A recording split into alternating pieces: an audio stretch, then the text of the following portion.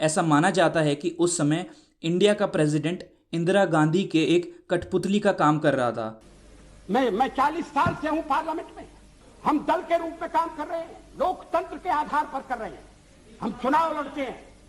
वाह मोदी जी, वाह वाह वाह। Let me complete. You don't have this habit. I am sorry to tell you and remind you, you are interviewing the former president. Firstly, you cannot raise your voice. My apologies.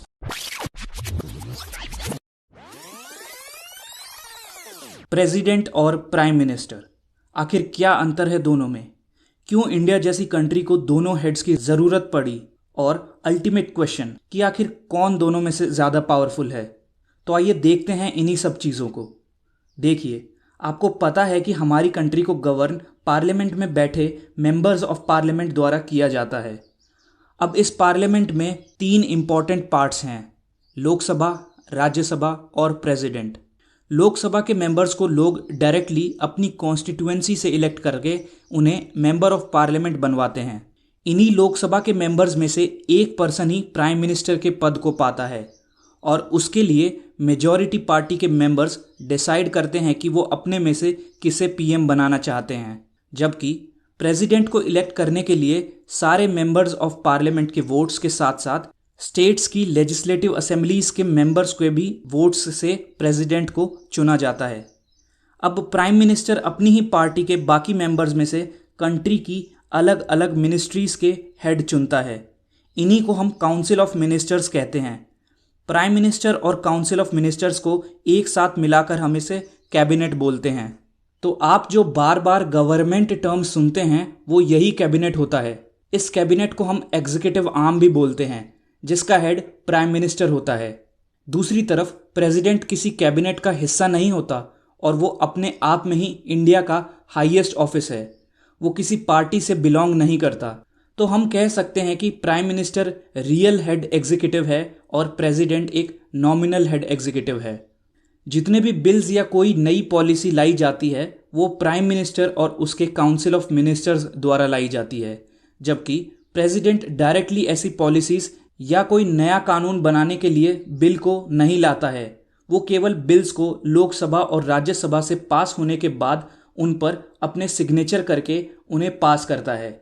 हालांकि किसी खास वजह से president article 123 का use करके presidential order ला सकता है। इसी वजह से पॉलिसीज में कोई दिक्कत होती है तो लोग प्राइम मिनिस्टर और उसके काउंसिल ऑफ मिनिस्टर्स को क्रिटिसाइज करते हैं, क्योंकि वही तो गवर्नमेंट है। प्राइम मिनिस्टर के पास किसी भी तरह की जुडिशियल पावर नहीं होती, जबकि प्रेसिडेंट के पास फांसी की सजा को रोकने की जुडिशियल पावर होती है। नेक्स्ट, मान लीजिए किसी कारण की वजह से गवर्नमेंट फंक्शन नहीं कर पा रही है, तो प्राइम मिनिस्टर अपनी मर्जी से आर्टिकल 352 के अंडर इमरजेंसी डिक्लेयर नहीं कर सकता। जबकि प्रेसिडेंट को अगर ऐसा लगे कि गवर्नमेंट अब आगे सर्वाइव नहीं कर पाएगी, तब प्रेसिडेंट आर्टिकल 352 के अंडर नेशनल इमरजेंसी को डिक्लेयर कर सकता है। अब आप सोच रहे होंगे कि अगर ऐसा है तो आखिर 1976 की नेशनल इमरजेंसी के लिए लोग इंदिरा गांधी को क्यों दोषी मानते हैं? वो प्राइम मिनिस्टर ही तो थी।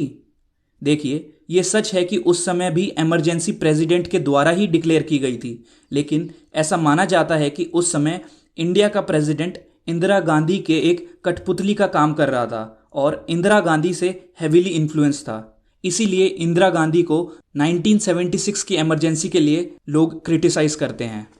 पावर की बात करें तो रियल सेंस में प्राइम मिनिस्टर के पास ज़्यादा पावर्स होती हैं, लेकिन प्रेसिडेंट का भी इंडिया में डेमोक्रेसी को मेंटेन करवाने में और कॉन्स्टिट्यूशन को फॉलो करवाने में बहुत बड़ा रोल है।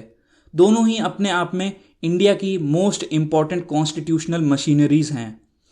पार्लियामेंट से दोनों के रिमूवल की बात करें तो प्राइम मिनिस्टर को लोकसभा में नो कॉन्फिडेंस मोशन के थ्रू रिमूव किया जा सकता है, जिसके लिए केवल लोकसभा के मेंबर्स वोट करेंगे और यदि लोकसभा में no confidence motion majority vote यानी 50% से ज़्यादा प्रेजेंट एंड वोटिंग मेंबर्स द्वारा पास किया जाता है तो प्राइम मिनिस्टर को रिजाइन करना पड़ेगा और उसके साथ कैबिनेट मिनिस्टर्स को भी रिजाइन करना पड़ेगा।